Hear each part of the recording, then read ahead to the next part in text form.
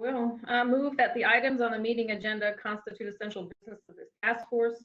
Meeting electronically is necessary to protect the health, safety, and welfare of Tennesseans considering the COVID-19 outbreak, and any rule conflicting with the governor's executive orders 16 and 34 permitting electronic meetings be suspended. Do I have a second? Second. Second by Beth Shen. All in favor, I will call the roll and please say yes or no. Ingrid McIntyre, not present. Dawn Diener.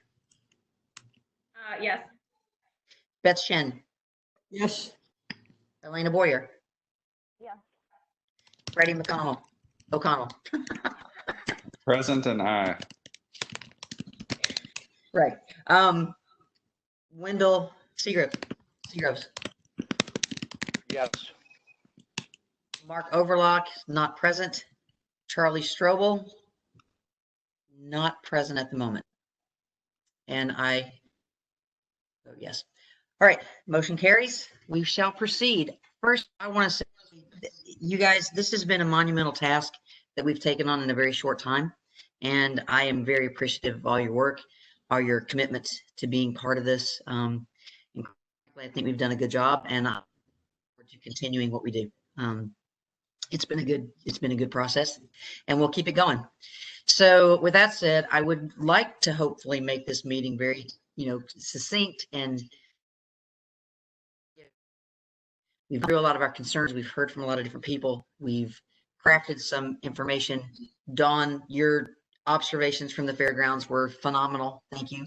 I think it put into, just a report of how, I think we were all envisioning what it looked like. And I think you verified that for us, and I appreciate that.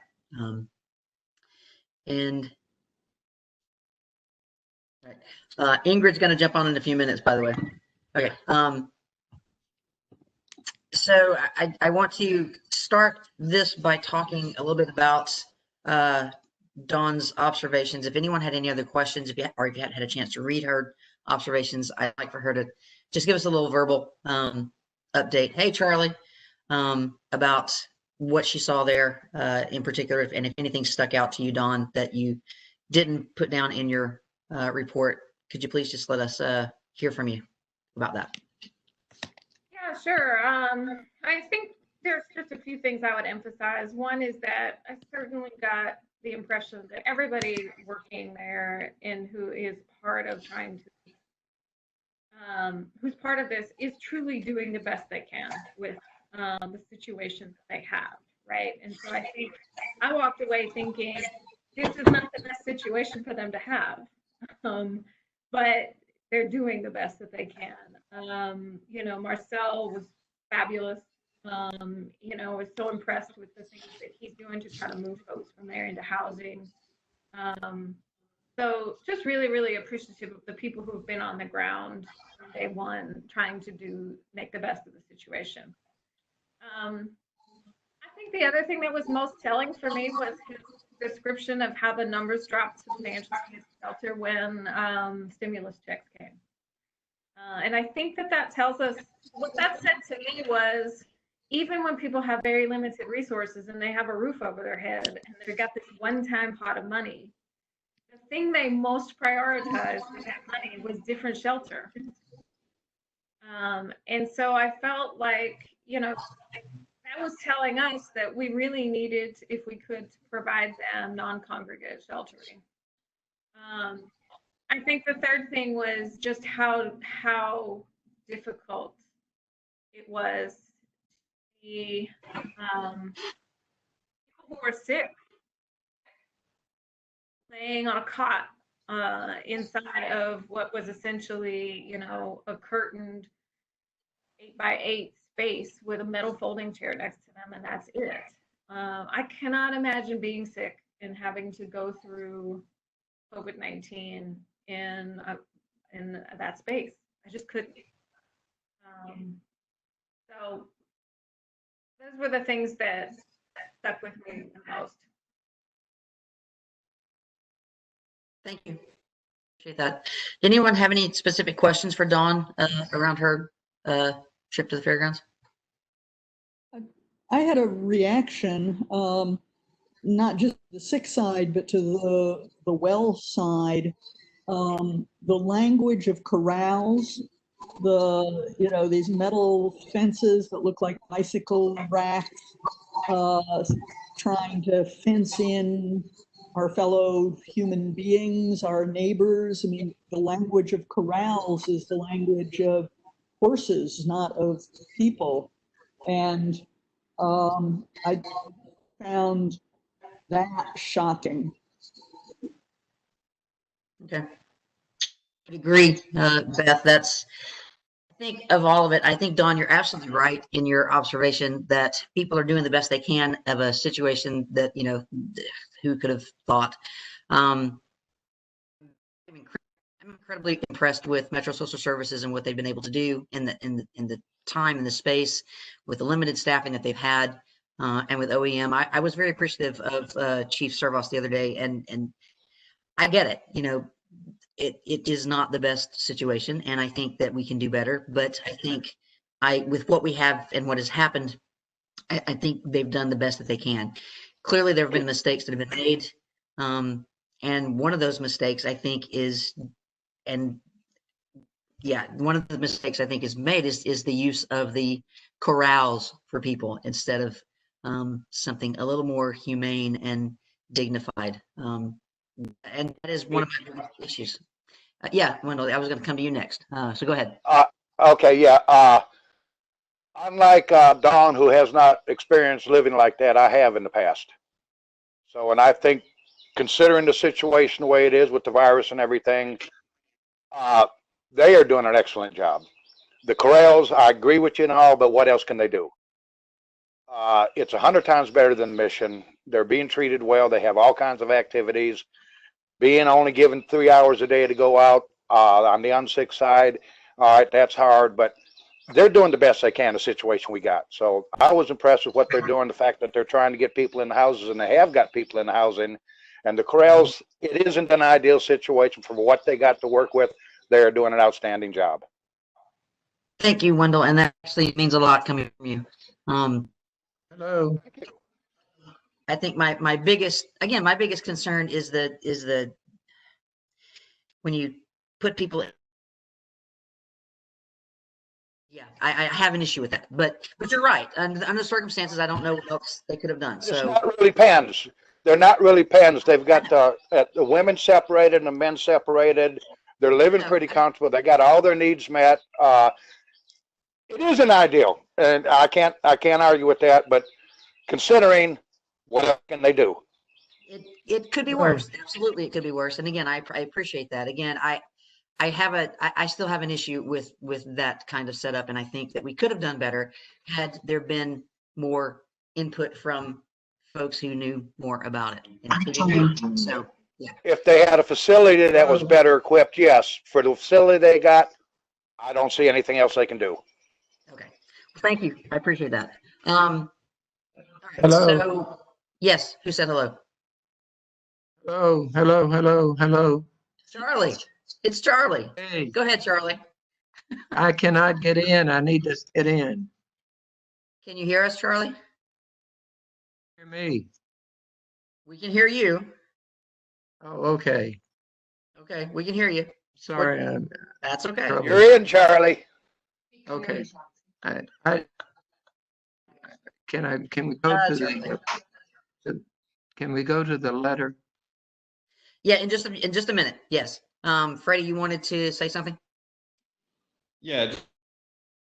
I think one thing that was clear from the call last week was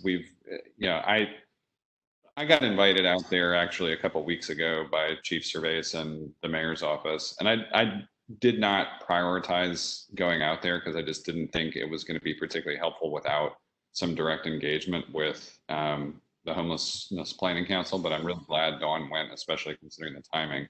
And I think Wendell's assessment is true. I mean, right, this is a case where both perspectives are incredibly valuable and valid, where I feel that in some cases this is actually going to be good, but you can't dispute the fact that Dawn is correct that as soon as people have a better option, they go for it. I also do think this is, from a sheltering perspective, it may be fine. From a medical care perspective, I think there is a lot more we can do to offer both dignity and well-being.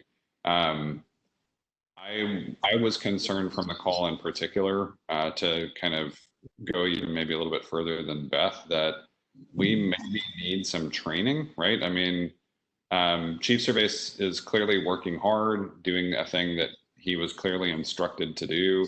And I think to Wendell's point, there is a lot of good that is happening there.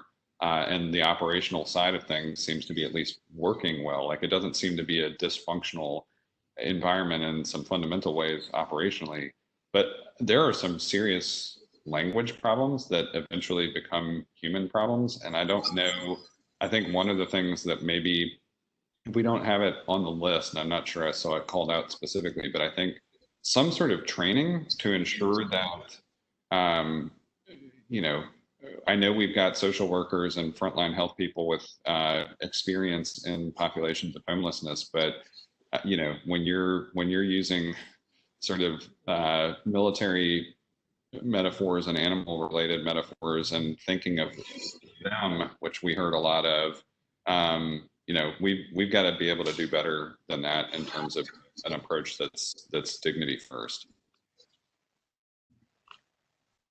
Thank you, Freddie. I think that's one of the points that I was trying to get to. Elena?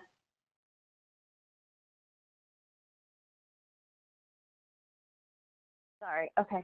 I was just wondering, I'm going with our CEO on Friday to the shelter, but I was wondering if those that have been there, just as far as the health, can you guys share if you saw any kind of interactions with any of the health workers and the patients there, or can you just give me any kind of delivery of healthcare? Did you see any of that, and what your thoughts were?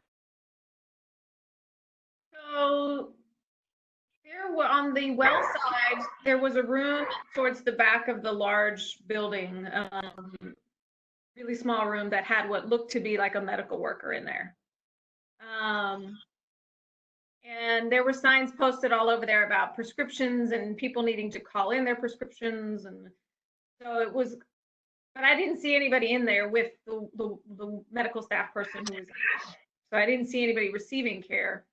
On the sick side, which is what they called it, because they're divided into two sections, the section that is in fact COVID-19 positive, and then the section that they call PUDs, which is PUIs, persons under investigation. There were two stations set up there. I didn't see anybody interacting with the medical personnel who were there. So. I would like to jump in. There is a lot of telehealth going on with Elena. If you want to reach out to Neighborhood Health and see how it's set up, Marcel is talking to Brian there.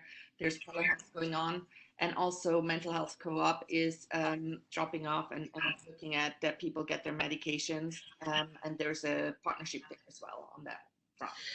So Judy, do you know, I mean, that's medical care, that's mental health. Are there any addiction services going on at all? You're muted. You're muted. Judy, you're muted. All right. Unless it's through Neighborhood Health, I'm not aware of that. No. Okay. All right. Let's see. That there, nor was that subject ever brought up. That's a good question. All right. Does anyone else have a question? There's still some hands up, but I think everyone has spoken. All right. So let's. Hello. Yeah, Charlie, let's go ahead. I was going to move on to the letter, so go ahead. I was just going to echo Freddie's comment about needing training. It's especially important because we're dealing with a special group of people, first rates, and we need a sensitivity to that, and that can be done with training. Right, I agree. All right, so Dawn, you did a remarkable job at taking some anger on my part and turning it into something much more productive. So thank you for that. Do we want to talk about that? And Beth, you tagged onto that. I think it was great. Is there anything else we want to say? What reactions to the rewrite of the op-ed letter? What I want to say is I loved Beth's edits, and I'm all for all of them. And I think that it is taking our anger and converting it. It was anger that you put into a letter that we all expressed. And I think, at our last meeting, the idea was how can we be as productive as possible? Right. And hold our tongues on our own sense of what we thought should have happened and the slight that we feel. So, yeah, I like Beth's edits, and think we should make, and would certainly we should make those. So I did have one more reaction to all of it. I'd like to say something. Go ahead, Charlie. Take each paragraph and number it so that there are 6 or 7. We've more than confessed our sin, and perhaps a little bit from Paula, you're taking responsibility for this. Address it to the mayor. I don't know that it's short enough to be read, but here's for instance, that first paragraph. It succinctly brought down to saying, "Dear Mayor Cooper, I'm writing you as chair of the NP. As you know, we've been established by executive order, and we are in paragraph 2. We want to implement a coordinated ending homelessness in Nashville." And then the rest, I think we can. Okay, and it's an excellent piece, but it does by introducing a letter to the mayor as part of which we have authority, and I think that more credibility and doesn't fall on the sword, so to speak. So Charlie, thank you for that. Is everyone else hearing Charlie cut out a little bit? Yeah. Okay. Thought it was just my connection. So Charlie, I actually did. Yes, I think that there is the one thing that I was going to say about the letter is I don't mind taking responsibility for feeling like we should have done something sooner. I don't want to fall on our swords completely. So we sincerely apologize struck me as a little bit more of a, this is all our fault, and so we're apologizing for it. And we know that it's not. I agree with Mark's comment that, being more critical of the mayor's office and, voicing the things again that I said in the first draft would be tactically an error. And I agree with that. So I'm okay with that. I would like to take out the part of we sincerely apologize maybe and just frame that in we want to move forward by offering our assistance in that vein, if that's okay with everyone. As a communications person, just be clear, is this an op-ed for the newspaper or is this the letter to well, exactly. When I'm listening to you, you're mixing it up. Right. No, I'm very clear. This letter is for, I want to send this to the newspaper. I want to send this out as part of, this is where we are in general, and I want the public to be aware. I do think, Charlie, you're absolutely right in that when we send this to the mayor, we're not sending this exact letter, and you're correct in the way that we should address the mayor in that. So it'll be what I'm planning to do after today's meeting is to work this afternoon on crafting the letter to the mayor that includes our recommendations moving forward, which is where I want to go from here. But what I want to know from you guys is I want to take the edits that Beth did, tweak them just a little bit in terms of that, sincere apology piece, and see if I can pare it down just a little bit more to it was 678 words when I looked at it last, and it probably does need to be a little bit shorter. So if I can not change the content, but shorten it just a little bit in a couple places, if that's okay with everyone, then we can present it actually to the full planning council tomorrow as an op-ed piece, along with a letter and recommendations to send to the mayor. Does that sound? Paula, here's my problem with the op-ed piece going as it is. We're introducing ourselves to the public, and the first thing we're saying to the public is we didn't do our job. Is that we can say we are who we are by example, and it does establish us as an authority rather than by saying we're deeply sorry for having done nothing. Okay, that's Charlie. That's exactly what I was saying. So I think you're good. You there? You cut out on.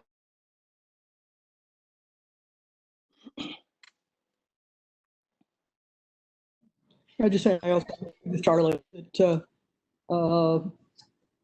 and perhaps that first paragraph, it's an op-ed-y kind of paragraph. It's but one could send to the newspaper an open letter to the mayor, and that would sort of skip the op-ed-y kind of introduction and just make it in kind of the open letter, and here's who we are and why we think we need to move forward in different ways. So if we did that, would we then use that as the letter to the mayor as well? So it would just be one thing. Letter to the mayor, yes. Okay. Yes, you could. Okay.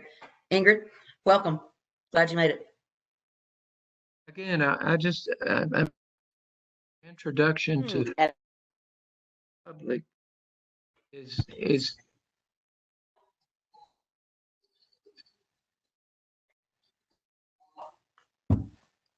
Yes, go ahead, Ingrid.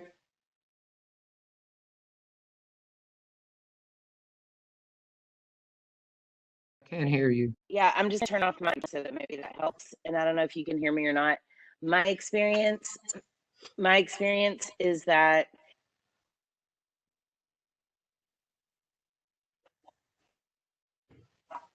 it's more like a surprise to him, and that You're breaking up. and then a separate op-ed. But those are just my thoughts. Ingrid, we only caught the last piece of that. Can you try to say it again? Hey, Paula, this is Sade from ITS. If I could interject for just a moment. Ingrid, since you're having internet issues, if you could go up to the top where it says communicate and then audio connection, where it says call in, if you hit view, you can dial that number and call in to the meeting and put in that attendee ID, and that way it'll match up with your name. So that way we'll still be able to hear you. But the audio will just be coming through your phone. And that's for anyone that's having connectivity issues that Maybe a little bit.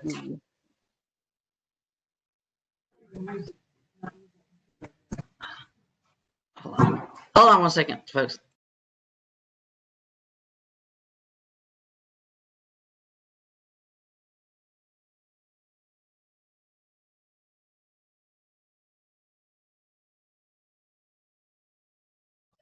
Sorry, we're all working on internet issues and how many people in the household are using all the bandwidth at the same time. So, okay, so I think what I'm hearing is that we actually want to take this op-ed and actually turn it into an open letter to the mayor instead of an op-ed. Is that and an open letter to the mayor that we will send out to media, right? Is that? I think what I caught from Ingrid's breaking up comments was that her preference was to do a letter to the mayor and then an op-ed later. So I just want to check in once we have a chance to hear from her, because I think that was where she was at. So that we send the letter to the mayor first And then we send the op-ed so that he's not caught off guard by reading the op-ed first. Is that what? And I'm okay with that, because my hope is that we're ready to send what we need to send to the mayor by tomorrow afternoon, so that we can do that. And then after, go ahead and send. So it would really be more simultaneous, but yes, because my desire is to have all of this ready to go by tomorrow afternoon after the meeting. Hi, Ingrid, we see you again. And I'm only saying that first paragraph that includes all of us as an authority, this discussion, and it's paragraph to me doesn't introduce us. It just, we'll get to the problem, but first we need to let him know, remind executive order. And we have a mission. So Charlie, couple things is the second paragraph, I think, does that, but we also, I need you to remember that we were not created by executive order. We are created by an ordinance of the city council. So we came to be. Whatever that means. Right, did you lose me? I need to repeat what I just said. Yeah. Okay. So we are not created by executive order. We're created by an ordinance. And that's an important distinction. And I think the second paragraph of the letter actually introduces that pretty well. So let's go ahead and move on from this letter. What I'm going to do is take all of the comments that we just had, and I'm going to do hopefully a final edit and tweak to that, and have Judy send it out to you guys this afternoon. Again, my hope is that we can have that ready for the full planning council tomorrow morning to take a look at, and hopefully we can move forward with that. What I really would like to do right now is talk about recommendations. Several of you sent in recommendations. Many of them were kind of overlapping. So I want to kind of talk about what we think are the most important. And again, I don't think,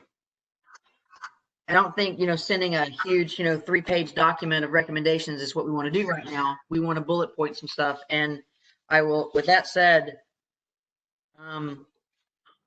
do you guys take a look at the things that were sent out? Are you familiar with what everyone's recommendations were?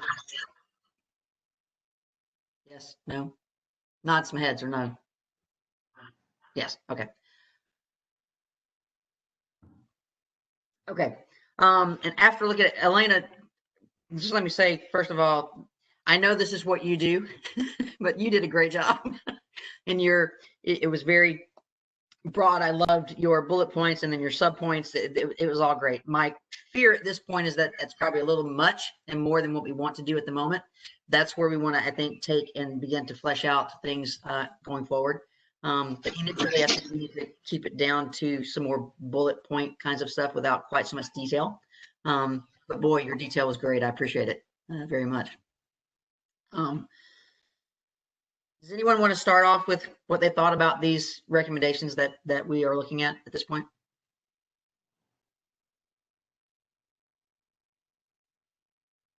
No? Yes, Beth. So we can organize them into kind of short-term and long-term, and possibly process and substance.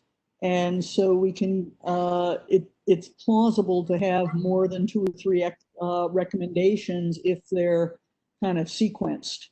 Okay. So mine were about housing were intended to be long-term. Okay. That other people would do the short-term and the immediate kinds of issues. And the bringing in the funding, as Freddie did, I think is important as well. That is, we can use FEMA dollars for hotels. Why aren't we doing that? So to be able to say, everybody said the Fairgrounds is doing the best it possibly can in the context of large buildings. but there's access to money to do it better.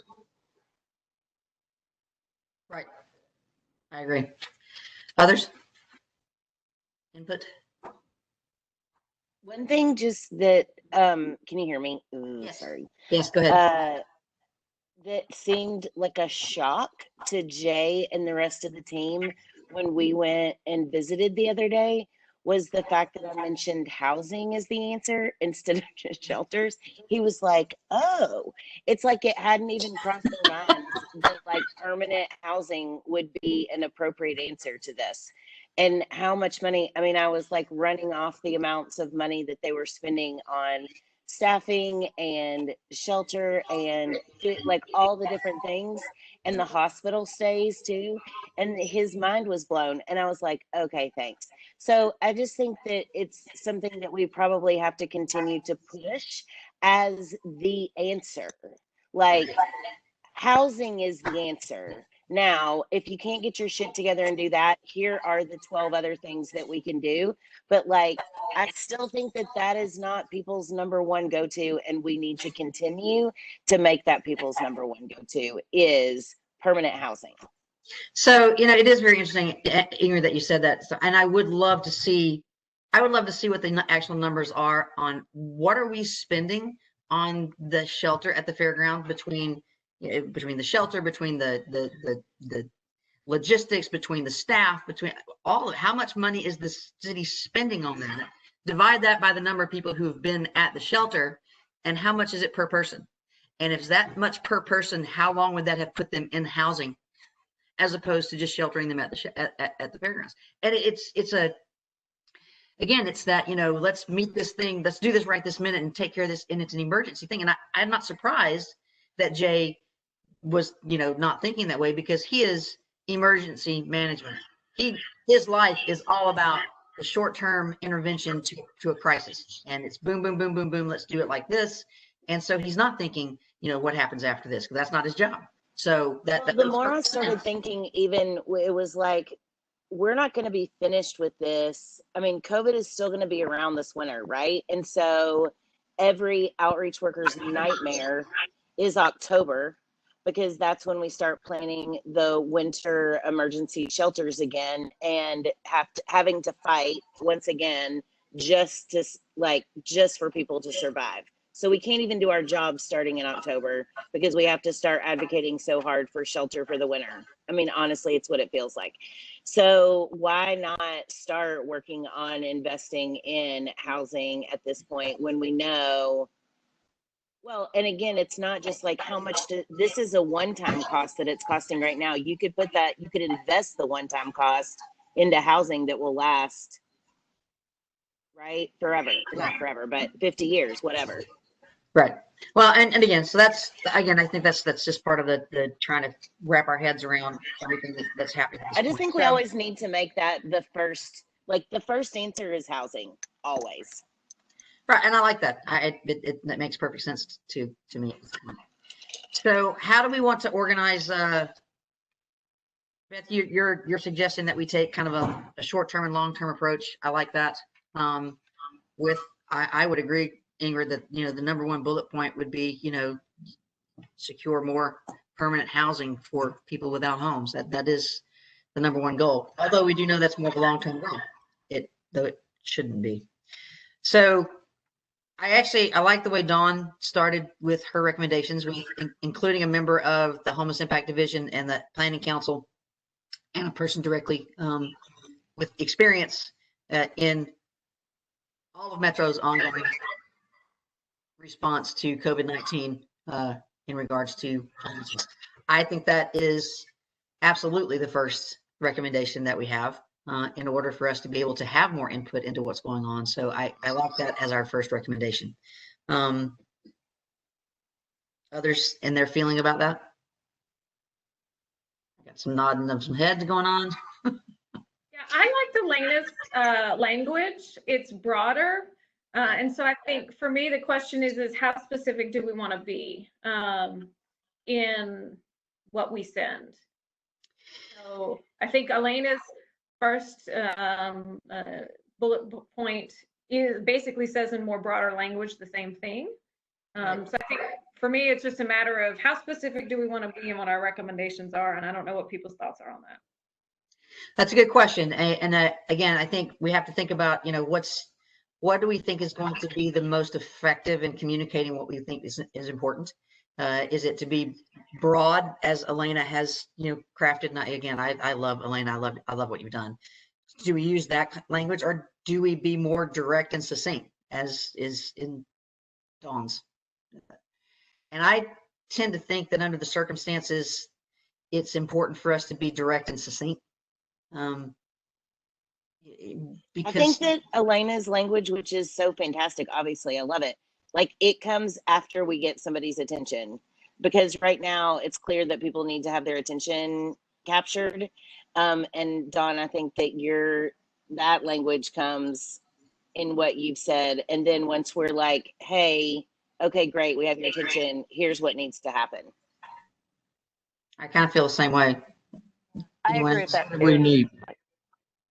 And what do we need to happen? So Charlie, I'm gonna read Dawn's 4 bullet points to you, because do you have it? Have you seen it? I had it, but I don't have it with me. Okay, let me read these 4 bullet points, because I think they're very specific and succinct, and we can kind of take it from there. Number 1 was to include 1 member of the Homeless Impact Division and 1 member of the Homeless Planning Council and 1 directly impacted person at all future meetings, discussions regarding the Fairgrounds Shelter Metro's ongoing COVID-19 response related to people experiencing homelessness in Nashville. Non-congregate shelters such as hotel room, dormitory, etc. Approach to COVID-19 quarantine and care for people without homes who cannot identify an alternative shelter to include an encampment, and incorporate outreach workers and other experts in providing necessary support services. Number 3, adopt other recommended best practices for protecting the health and safety of people experiencing homelessness in Nashville, and utilize federal CARES Act dollars to cover the expenses associated with providing this housing and related services. And number 4, adopt a policy against criminal arrest for individuals who violate quarantine orders, absent probable cause. I love your attorney language, Don. Absent probable cause to believe they acted intentionally to expose another person to a risk of infection. Those are Don's very succinct, immediate recommendations. The reason that I like those is, again, because they are direct, they're succinct, and they're immediate. That there are other recommendations that we have that are more long-term and more we can include Elena's and Beth's in those if we want to, or we can say, here are our immediate recommendations. We are continuing to develop more long-term recommendations going forward, which I kind of think that might be the better way to go, because again, I think it's about right now we need to get their attention and say, we want to come and help. We have all these recommendations that can help. Please let us. All right, Ingrid and then Beth. Beth, on your recommendations, I really appreciate what you had to say. And I just have a general question for Judy, maybe, about where MDHA is right now on giving vouchers, and if somehow we can also make a recommendation that they start doing briefings online or by call or whatever. Because I know that several folks from Open Table probably, I don't know, I mean, I've probably seen at least 8 letters come through during COVID, 8 or 9, that people have been approved for vouchers, but they can't get into housing right now because MDHA isn't doing briefings.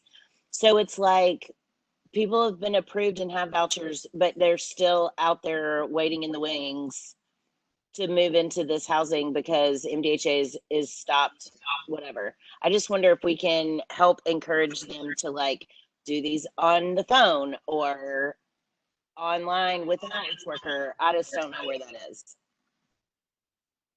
So I just checked on that last week, and I have been told kind of the vouchers, they accept the applications, but the issuing of vouchers is on hold until July 1st. I'm sorry, what did you say the very last thing? That it was on hold until July 1st, the issuing. Yeah. Can't hear you, Ingrid. Oh, I wasn't saying anything. I was just trying to hold my tongue. That was me. Ah! I just think that we should make that. I think we should say something about that. That's ridiculous. July 1st, but people want churches to be open. Give me a break. Ah,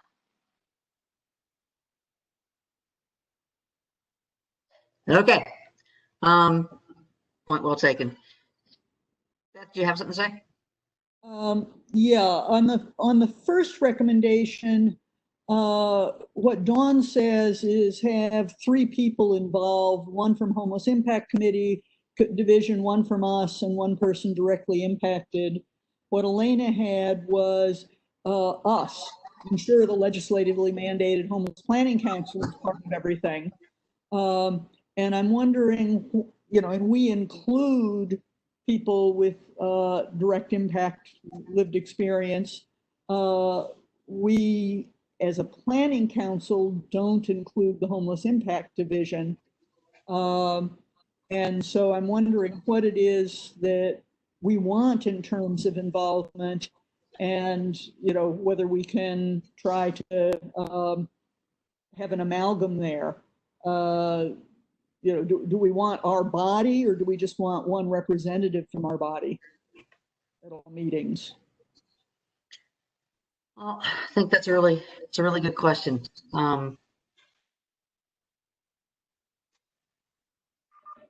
So this is Dawn. I guess I have a question. How do the staff at HID feel about a recommendation that asks them to be at the table? Do they want that, or do they not want that? That's a good question, Dawn. Judy? Very welcome. We are not at the table today and bringing the expertise at the level that we could. It's always backdoors. It's always this and this. There are meetings going on that I understand the mayor's office is holding with HATIE now that we are not at the table. So yes, specifically, yes, I would love. So, and I would assume, Judy, that Jay said last week that there was going to be a meeting today. I don't suppose that anyone was invited to that meeting after that call. Ingrid. Okay. Well. Surprise. All right. I'm always too verbose, but You're not. Go ahead. One might say, ensure the legislatively mandated Homeless Planning Council is a part of all decision-making moving forward. In particular, ensure that at least one member of the Homeless Planning Council, at least one member of the Homeless Impact Division, and one directly impact person is, invited to all future meetings regarding the fairground shelter, Metro's ongoing response. And that might sort of combine those, but at the expense of more words. And, I'm an academic, I make my living with words, so, shut me down. Beth, would you do me a favor and write down what you just said and send it. We'll send it to Judy, who'll send it to me. And I can see if we can incorporate that one. Cause it basically, you're saying the same thing, but we can tweak it a little bit. All right. So starting with Elena's language. Yeah. So how do we want to proceed in condensing these into the bullet points that we want to do? Does someone want to take them and try to do that? Or do you want me to do that? How do we want to proceed? And are there any other, hold on, hold on one second, Wendell. Are there any other recommendations that we want to make sure we're putting out there that are not in these things that we have? I mean, we have, Freddie sent us out the, pretty picture of these things, which basically are things that we're talking about. So out of these documents and the recommendations that were submitted, how do we want to put them together? And does anyone want to volunteer to take a stab at doing that, or do you want me to do it? And I'm happy to if you want me to. So no one cares. That's what I hate about. I don't even know what a bullet point is. Did you hear me? I don't even know what a bullet point is. Oh, sorry, Wendell. The ones that I read earlier were Dawn's 4 recommendations. Elena has some. 1, 2, 3, 4. And Freddie. I don't know how to do a bullet point. Okay. Oh. All right. So Wendell, do you have any other recommendations that you want to make sure that we are considering? I've heard is good. What you've heard is good. Anything else you can email Judy. Okay. Just and you don't have to do bullet points. Just write down what you think. It's fine. All right. I'm willing to try to put something together. Want to take a stab at it? Okay. Yeah, with the Dane and Wendell, want to hear what anything else that you want to say, with the danger that it'll be too long and too verbose. Okay. See, I tend to be the opposite, Beth. I tend to be way more to the point than I need to be sometimes. It's that very pragmatic. Here's what we got to do. Here's what we need to do it. So somewhere in the middle is probably where we need to be, honestly. And I'm totally fine with that. We're on it. So what has to happen at this point, or what I would like to see happen, and I think we all would, is that we have to be ready to present this to the full planning council tomorrow for their approval. My hope is that we're not. Changes do you want to make? My hope is that they will say, you guys did a great job. Let's move forward. So we need to be able to present them with this tomorrow. So I will take a stab at the letter. If Beth, you will put these recommendations into a more flowing order, potentially with short-term and long-term goals. Will that work? I'll get something to Judy, an hour after we finish. And so it could go potentially out and people could tweak it more. Yes. Does that work for everyone? And maybe if we could, for just a moment, summarize the 4. The first one, it sounded like, had to do with administration and resources. I don't know. You see what I'm saying? If we could zero in on the specific point, and the bullet point kind of evolves. But I heard that first one is the most important. Administration. Who's in charge? We've got all these different. Who's in charge? And the second point is, are we just talking and not funding what we need to do here? And the funding will be a sore point. We don't have the money. That's the first reaction we'll get. So, yeah, Charlie, I hear you, and I know what you're saying, but you're right, and I do think that the first point is that we want to be able to offer expertise. Therefore, we are asking to be part of the planning process, which is what we were created to do in the first place. So I agree that that's the one of the most important things that we can say, because everything else that we say we can bring to the table and reiterate and push forward as if we are a part of the planning process. So I do think that's most important. In terms of, we don't have the money, well, that's what the CARES funding is for. And so I don't find that to be a valid response at this point, but you're probably right. That's probably what they're going to say. And we have to be able to rebut that, I think. But I don't think we have to rebut that in this document, in this recommendation, because that's going to be for future discussions. And I think, and Beth, when you're trying to pull these together into kind of an order and a more succinct, this is our recommendations, I think we need to try to remember that here's what we want to do. We want to be part of the process so that we can then help potentially talk about whether or not we can adopt these other things, whether it's hotel rooms or whether it's integrating behavioral health, whatever it is that we want to say, here's what it is. And I think, again, these are all great recommendations, so we can put them into an order that way. So what else do we need to do right now before we can get started on doing that? Is there anything else does anyone feel like we've left something else left something out that we need to make sure that is included. Again, in some ways, this feels like we've rambled on about the same thing over and over. And in some ways, I think we've done a really good job at moving things forward in this task group. And now we're about to come to the culmination of putting these recommendations in place. Ingrid, you want to say something? Just a clarifying question, and I'm sorry, this is because I wasn't on earlier and then my computer was weird, but what did we decide about the op-ed / letter to the mayor? Okay. What I was trying to say was that in my experience, it's way better to go straight to him and then let him see it in the newspaper than other way around. The other way around will just piss him off. So, I mean, I know that people think that I probably usually go straight to the paper. I don't. There's a ton of background stuff that happens first before the paper, because I would never just go straight to the paper.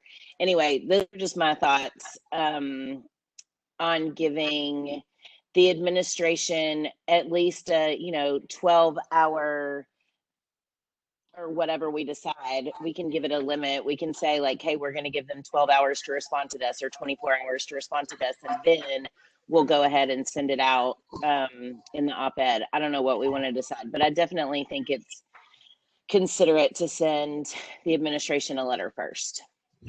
So Ingrid, I think that actually makes a lot of sense. And my goal would be to have both a letter to the mayor and the op-ed ready. Please respond by, and then if we don't get that op-ed, I think that's a great idea. I don't have a problem with that. Say that again. I didn't hear half of that. You broke up too bad. So what Ingrid is saying is that we craft the letter to the mayor with the recommendations and then ask for a response by a certain time. And if we don't get that response, then the letter that we have drafted that as an op-ed goes out as an op-ed. Does that seem reasonable to folks? I'm getting head nodded. Yeah. I think I also agree. I think that makes a world of sense.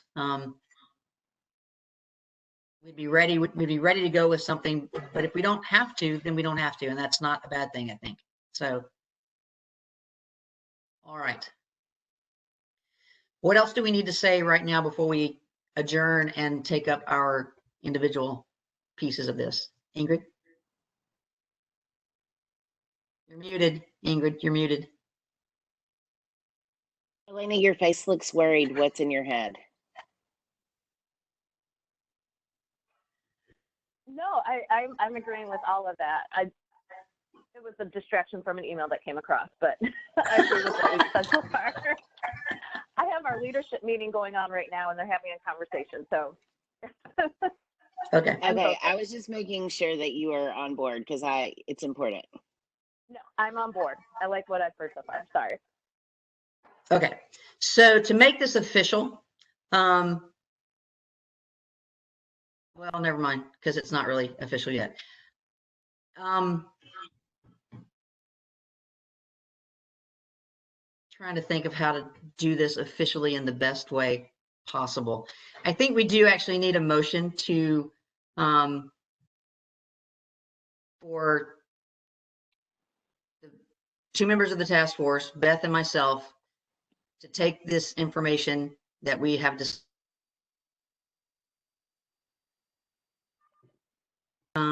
the 2 letters, the 2 letters and the recommendations that we can then present to the planning council tomorrow. So this is Dawn. I will move for you, Paula, and to take the information with Beth's tweaks and draft a final letter to the mayor for presentation and approval of the full planning council at tomorrow's meeting, along with recommendations. I second that. Second by Ingrid. I'm going to take a roll call vote on this so that we have it official. Let's see, Elena. Yeah. Beth Shen. Yes. Charlie Strobel. Don Diener, Yes? Freddie O'Connell, Aye. Ingrid McIntyre, Yes. Wendell Seagroves, Yes.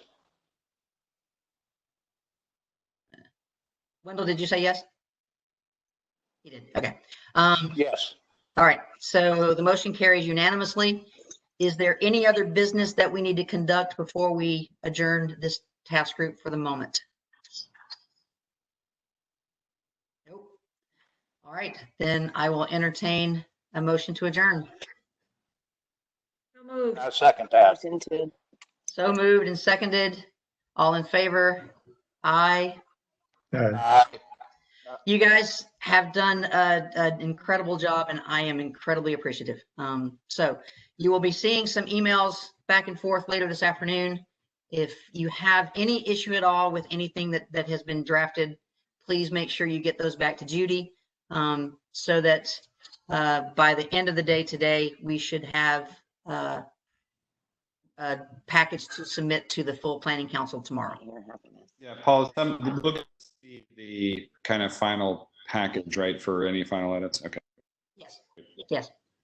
Thank you. I think this has been a very worthwhile exercise, and I'm glad we did this. And I hope that we can go forward. I think Friday's meeting, one of the most astonishing things was hearing that a key member of our health department did not even know that we had a homelessness planning council. So we need to go forward from here. And clearly, sometimes we've got to be the ones who are doing, pressing the coordination outward rather than waiting for it to include us. So really glad everybody. Very clear.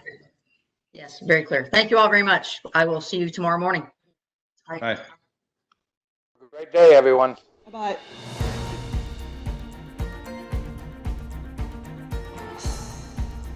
This has been a service of the Metro Nashville Network. If you would like to see this presentation again, or for more information about this and other programs, visit nashville.gov.